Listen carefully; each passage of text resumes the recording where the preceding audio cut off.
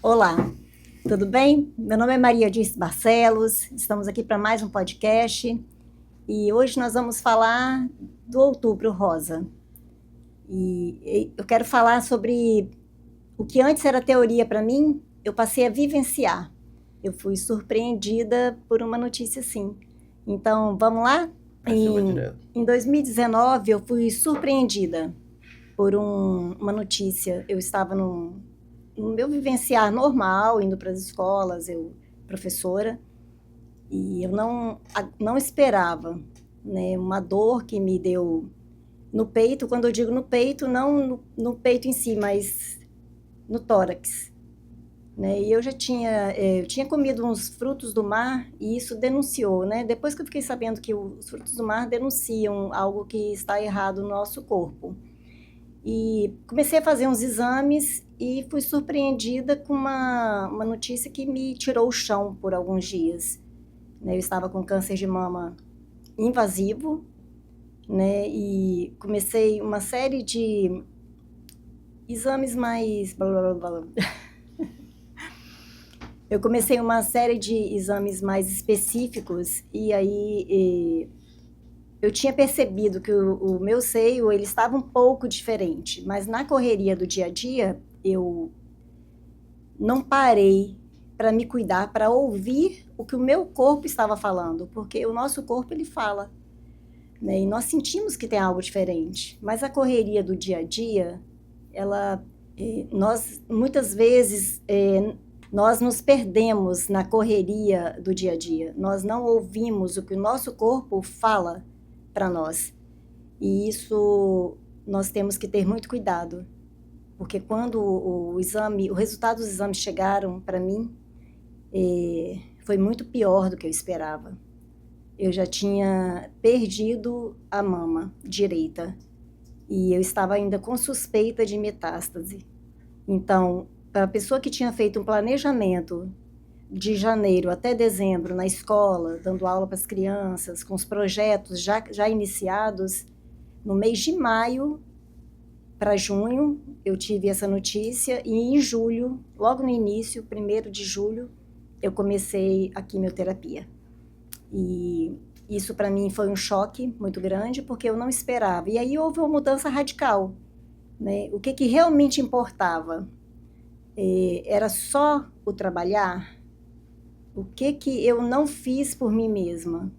Que eu não me cuidei? Que eu não parei para pensar em mim?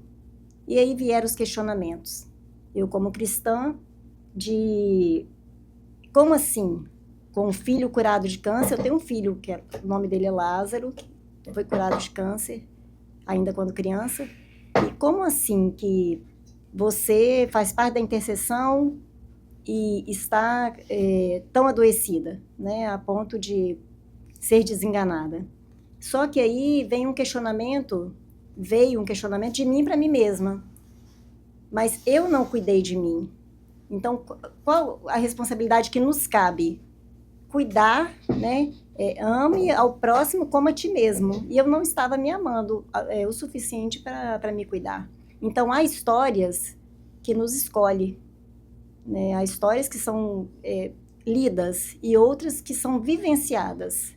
E viver a história do câncer, ela vem com as tristezas, ela vem com também o processo de finitude, ela vem com a melancolia, ela vem com um sombreamento, né? Uma sombra de depressão, a sombra do Vale da Morte, literalmente.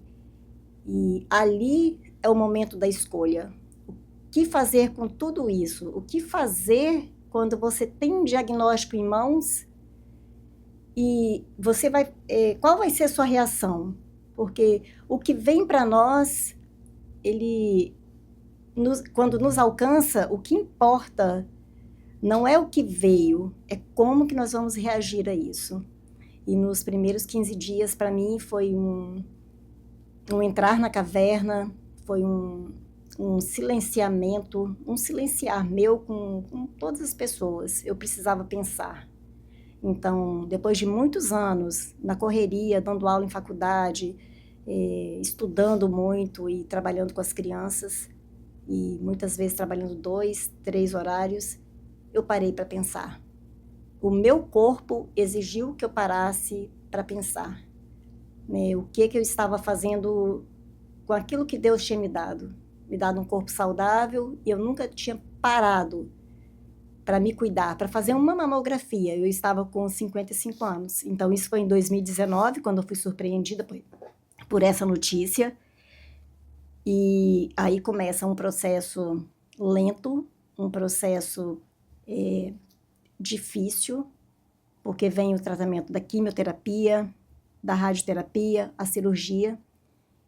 E em julho de 2019, eu estava começando a quimioterapia, em janeiro de 2020, eu já estava fazendo a cirurgia. E em maio de 2020, eu já estava iniciando o processo de radioterapia. O processo de quimioterapia e de radioterapia, ele é denso, ele é tenso, mas ele é possível de ser superado, e é possível de você viver o melhor de você mesmo, porque é um processo solitário nesse momento. Pode ter amigos, como eu tive amigos, pessoas próximas, família, intercessores, muitos se mobilizaram. Só que existem aqueles momentos que são muitos momentos de você com você mesmo. E aí você para pensar no que realmente importa. O que eu tenho feito da minha vida? É só o trabalhar? É só o correr atrás? Né? É só a parte do financeiro? É só a realização pessoal? É a realização profissional? Então, nessa hora, é como se nós entrássemos num processo de um silenciamento externo para uma conversa interna. É um encontro. É um encontro onde você tem que se deparar com o seu corpo debilitado, mas com a sua alma ali sendo exposta. E ali você tem que ver as emoções. O que essas emoções fizeram com você ao longo do tempo? E aí é a hora de você se ver, partes que você não quer mais lembrar, é lembrar, repetir e elaborar, como é na psicanálise. Esse lembrar do que te magoou, o abandono, as perdas, o luto, as mágoas, essas dores, elas precisam ser lembradas, precisam ser repetidas na sua mente, na sua alma, e precisam ser elaboradas. E é nesse lembrar, repetir e elaborar que surge a cura, que surge a fé. Porque aí você tem que... É nessa hora que você olha para cima. Você para de olhar para frente.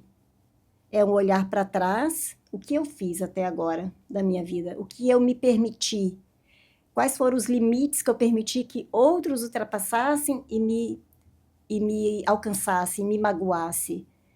Entende? Porque o câncer fala muito da mágoa, fala muito da dor. E nessa hora nós nos lembramos, né, de orar, de falar com Deus.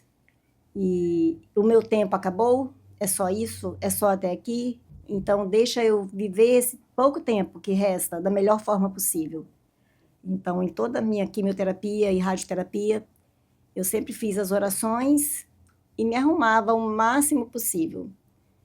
Não era para não dar o braço a torcer, era uma luta comigo mesma, de tipo, eu posso, eu consigo superar isso, não sozinha, mas com um milagre, né? À espera de um milagre, à espera de um alcance maior, de que a mão de Deus me alcançasse.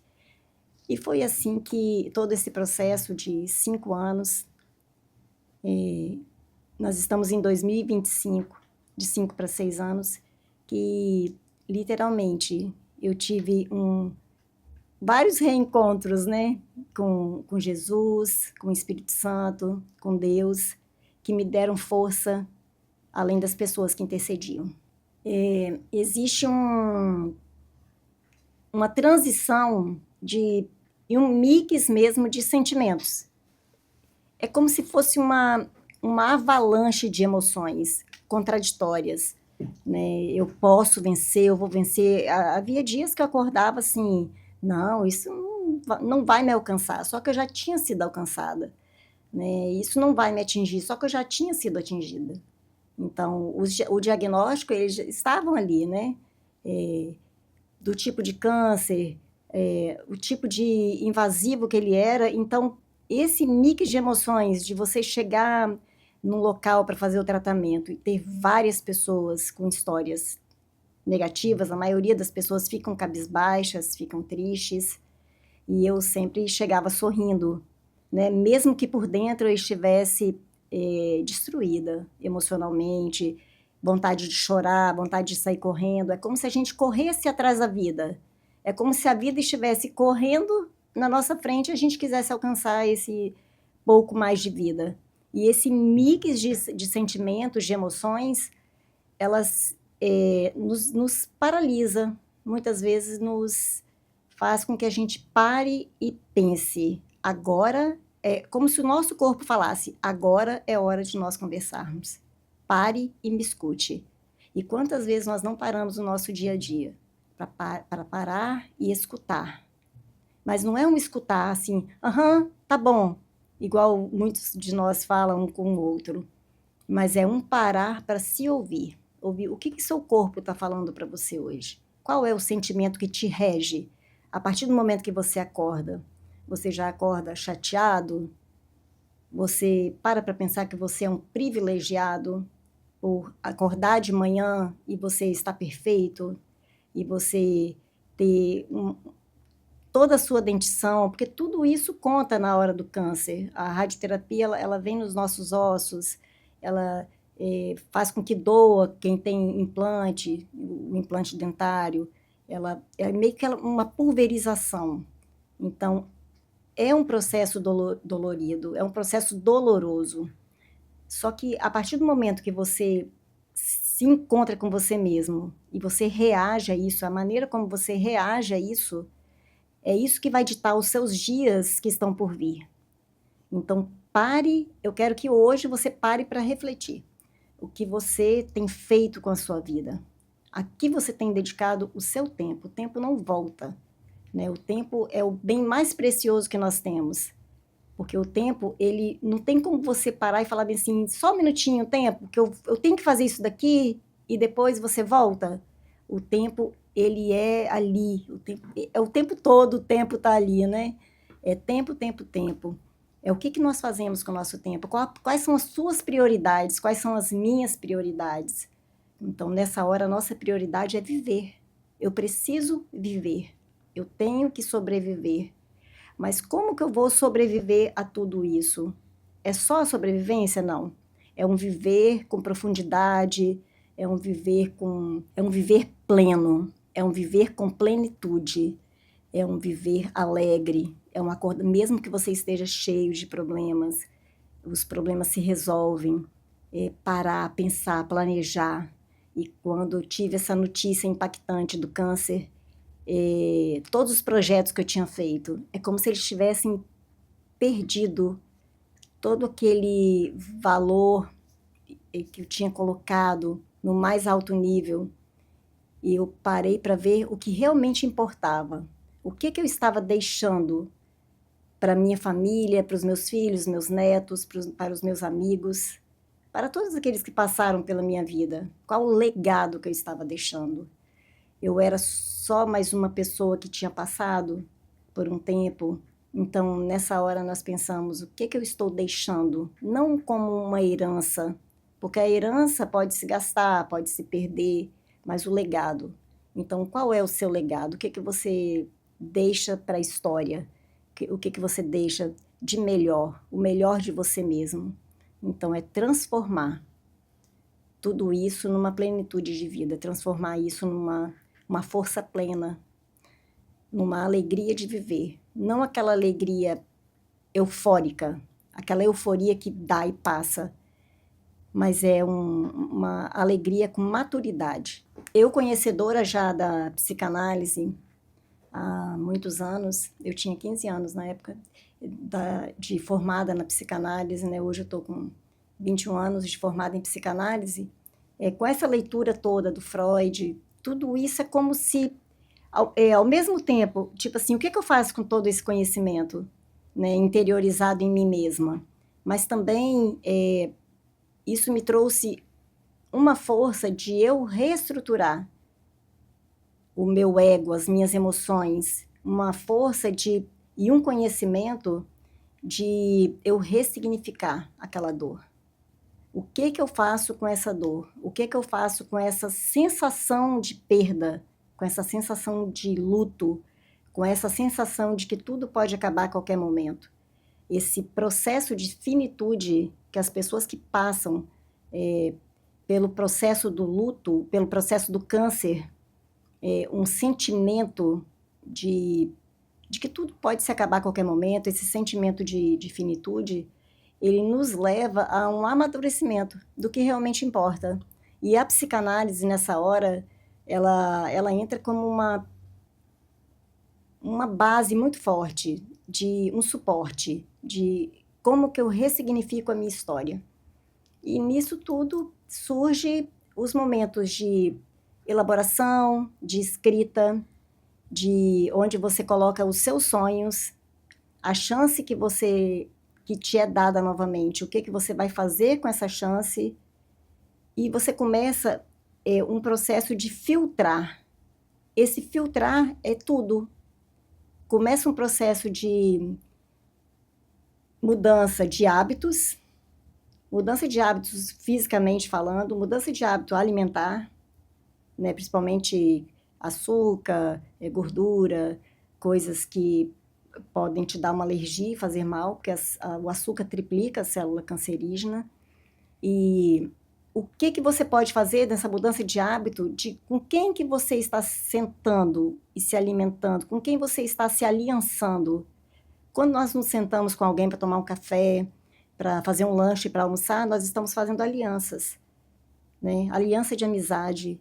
E quem você permite que entre na sua vida de manhã até à noite, que traz notícias boas ou ruins, ou vai te contaminar ou vai te contagiar. O que aquelas pessoas representam para você? Então, a psicanálise, ela nos dá esse embasamento, essa força de você fazer um filtro, de você colocar um filtro nisso tudo, de essa pessoa me faz bem?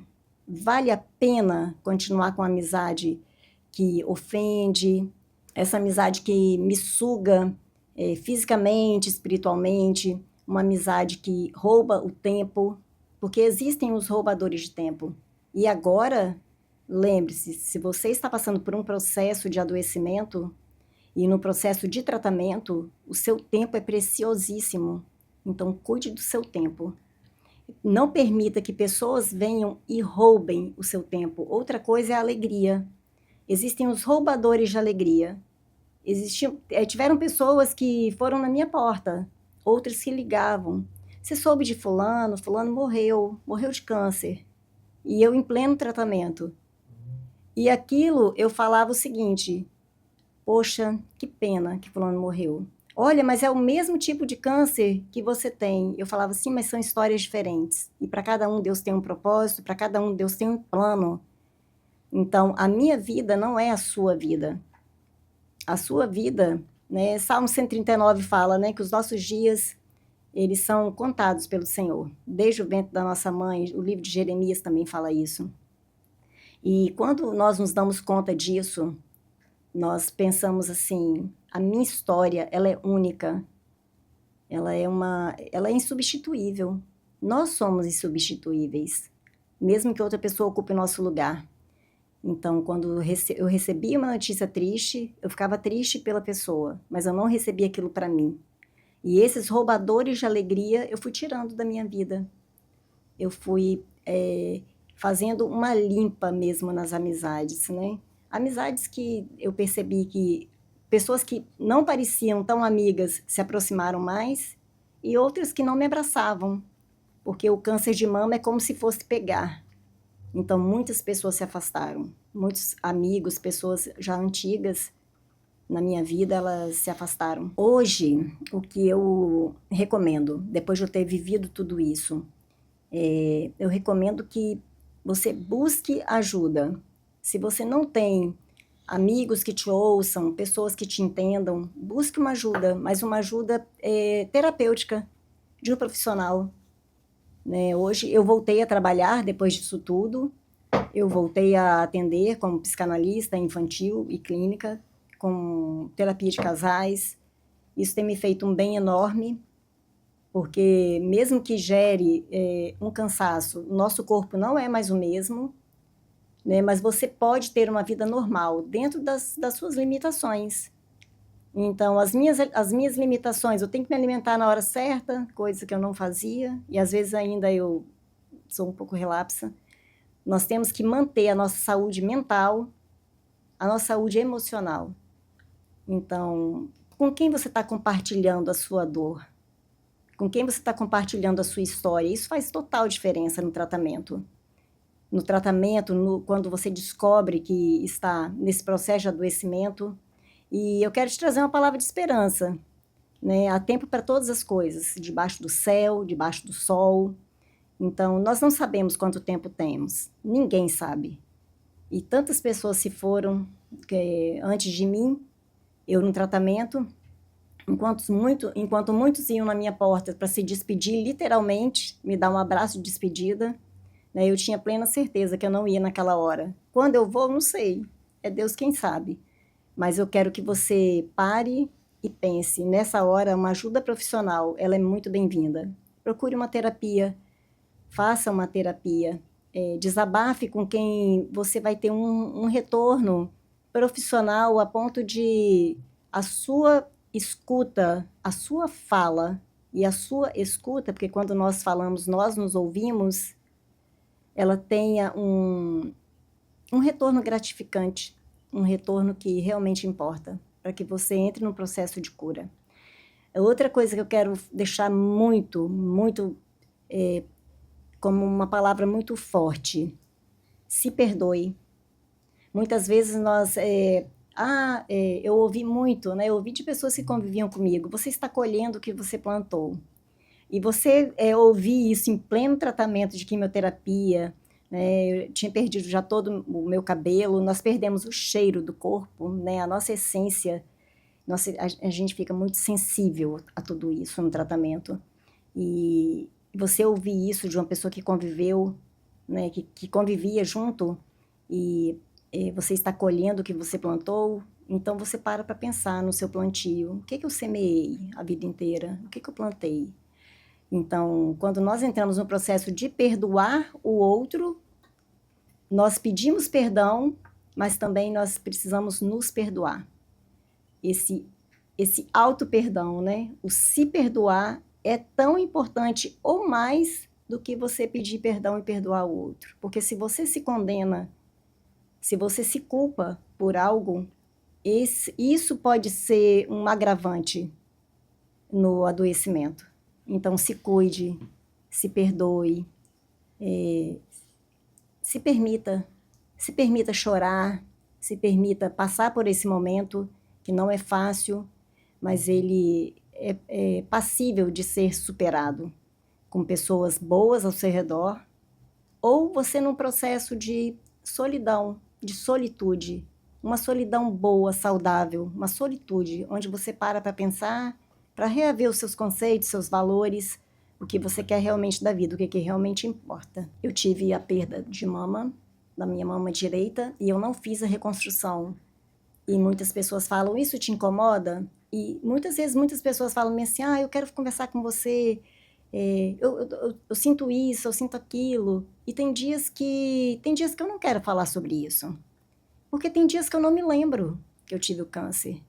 E uma pessoa um dia insistiu, eu estava numa comemoração de um aniversário, era um momento alegre, e era de uma pessoa muito amiga, e essa pessoa insistiu que queria saber como que foi o processo. Só que ali não era a hora, nem o momento, nem o lugar para se falar sobre aquilo.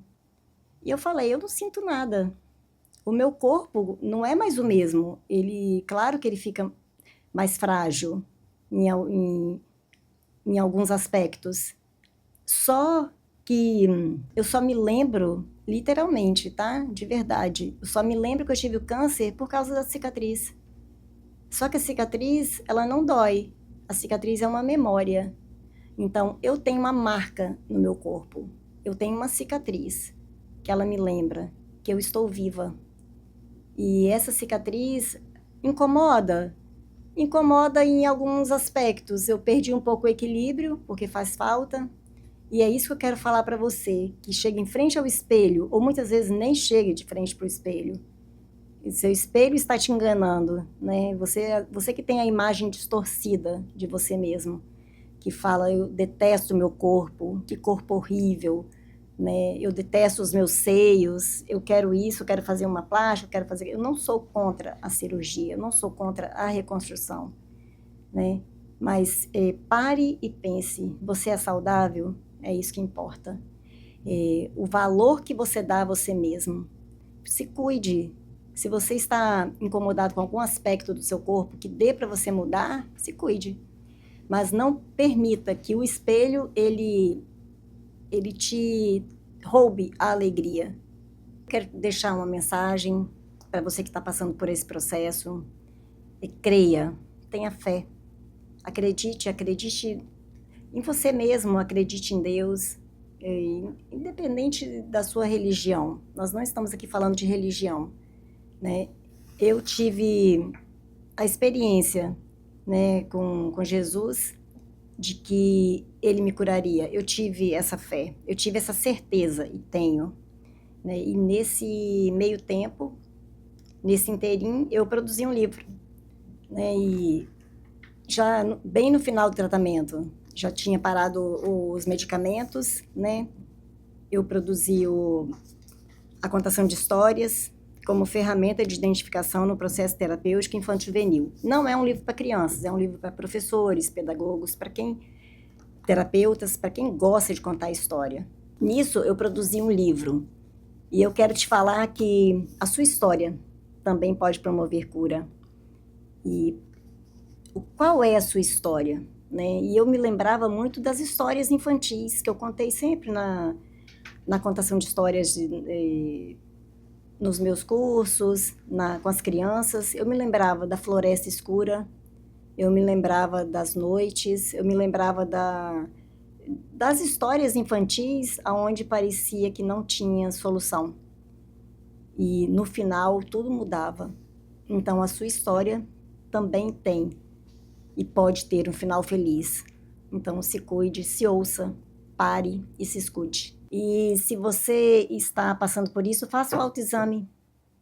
Eu descobri fazendo o autoexame, né, e era um grãozinho de arroz, e eu deixei, porque uma pessoa tinha falado que não era nada, um profissional tinha falado que não era nada, e eu deveria ter procurado outros profissionais, né? Então, procure um profissional, faça a mamografia, faça os exames. Ah, mas eu não posso faltar no serviço. O que você não pode é morrer. Porque se você morrer, outra pessoa vai te substituir. Então, faça os exames, faça o autoexame, faça a mamografia. Eu te aconselho a procurar um profissional, né, um profissional que esteja à altura. Te aconselho também a procurar um terapeuta. Cuide da sua saúde mental. Cuide desses sentimentos que ficam latentes, né? E muitos se manifestam, manifesta a ira, a raiva, o porquê, né? Por que eu? Né? E eu vou te falar, por que não eu? Né?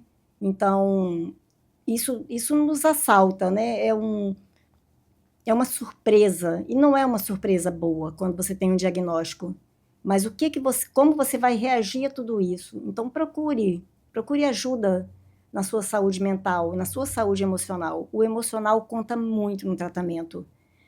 Quanto mais alegre você fica, quanto mais confiante, a sua imunidade ela se mantém alta. Quando você fica deprimido, triste, melancólico, a imunidade ela tende a baixar. Então, se cuide, né? Se ame, se perdoe, se permita recomeçar, ser feliz. Se você gostou desse conteúdo, curta, compartilhe, né? Fale com outras pessoas. Esse foi mais um podcast, né? Eu me chamo Maria Dirce Barcelos e te aguardo no próximo.